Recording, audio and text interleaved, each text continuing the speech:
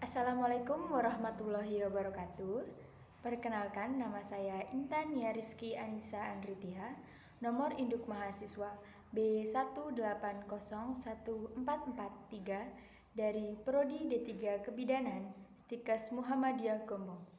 Di sini saya akan membawakan hasil diskusi dari kelompok saya tentang pemecahan kasus kegawat daruratan maternal dan neonatal. Kasusnya berbunyi, Nyonya Kasih, usia 23 tahun, P2A0, telah Anda tolong persalinannya 1 jam yang lalu. Bayi lahir spontan, berat 1.800 gram, jenis kelamin laki-laki, dengan Apgar skor 5-7. Saat Anda melakukan observasi kala 4, Nyonya Kasih mengeluh mengeluarkan darah banyak. Apa yang Anda lakukan sebagai bidan untuk mendeteksi kegawat daruratan maternal maupun neonatal? 3 hari kemudian, Anda melakukan kunjungan rumah untuk mengetahui kondisi ibu dan bayinya. Apa yang Anda lakukan sebagai bidan untuk mendeteksi kegawat daruratan baik maternal maupun neonatal? Data dasarnya, Nyonya Kasih usia 23 tahun, P2A0 telah melahirkan bayinya dengan berat badan 1.800 gram, kelamin laki-laki, Apgar skor 5-7, lahir spontan. Pada saat dilakukan observasi, Nyonya Kasih mengeluarkan darah banyak. Untuk diagnosa pada anak, bayi Nyonya K umur 1 jam, jenis kelamin laki-laki, lahir spontan, berat badan 1.800 gram dengan BBLR dan asfiksia sedang. Untuk diagnosa pada ibu, Nyonya K umur 23 tahun, P2A0AH2, postpartum suspek retensio sisa plasenta. Untuk penata laksanaannya, pada anak, yang pertama dilakukan langkah awal resusitasi yaitu dengan cara HAI-KAL. Yang pertama H, hangatkan bayi. B, atur posisi bayi. C, isap lendir. D, keringkan bayi. E, atur kembali posisi bayi dan bungkus bayi. F, lakukan penilaian. Yang kedua, pastikan kehangatan bayi dengan bungkus dengan menggunakan kain yang lunak, kering, selimut, dan pakai topi. Yang ketiga, jika pada riwayat ibu terdapat kemungkinan infeksi bakteri, beri dosis pertama antibiotika gentamisin 4 mg per kilogram berat badan secara IM.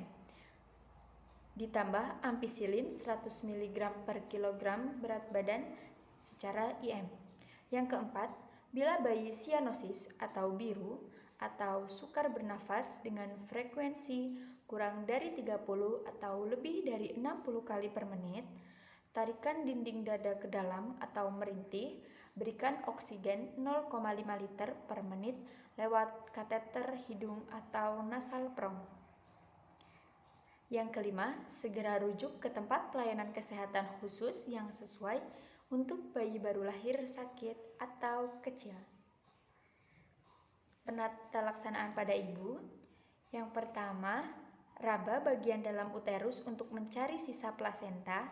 Eksplorasi manual uterus menggunakan teknik yang serupa dengan teknik yang digunakan untuk mengeluarkan plasenta yang tidak keluar. Yang kedua, keluarkan sisa plasenta dengan eksplorasi digital bila serviks terbuka dan mengeluarkan bekuan darah atau jaringan. Jaringan yang melekat dengan kuat mungkin merupakan plasenta akreta. Usaha mengeluarkan berdampak perdarahan berat atau perforasi uterus sehingga pasien harus segera dirujuk. Yang ketiga, berikan antibiotika karena perdarahan juga merupakan gejala metritis.